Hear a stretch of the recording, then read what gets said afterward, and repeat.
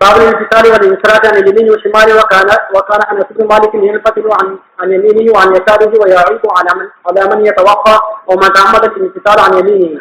فرمایا کہ جب آدمی اٹھ کر جائے نماز سے تو کیا دائیں سے چلا جائے کیا بائیں سے چلا جائے، دونوں طریقے جائے گا. انس بن مالک دائیں سے بھی چلے جاتے تھے اور بائیں سے بھی چلے جاتے تھے، بلکہ عیب لگاتے تھے اس شخص پر جو کہ باقاعدہ اتباع یعنی اہتمام کرے یا تعمد کرے دائیں طرف سے جانے کا.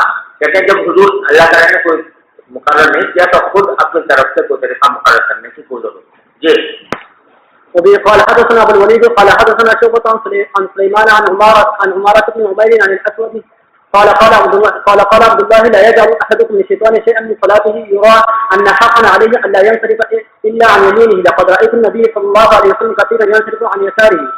یعنی حضرت عبداللہ نے فرمایا کہ تم میں سے پوچھا اپنے نماز کا کسی حصے کو شیطان کا حصہ نہ بنا دے. کس طرح بنائے کہ یہ گمان کرے کہ اللہ حق کا نہ رہی ہے، تو اس کے اوپر واجب ہے یہ بات کہ وہ نہ مڑ کر جائے مگر دائیں جانب سے. اگر وہ آدمی یہ چھوڑنے لگے یا اعتقاد رکھے کہ دائیں جانب سے ہی جانا واجب ہے، بائیں جانب سے جانا جائز نہیں ہے، تو یہ اس کے نماز میں شیطان نے حصہ رکھا.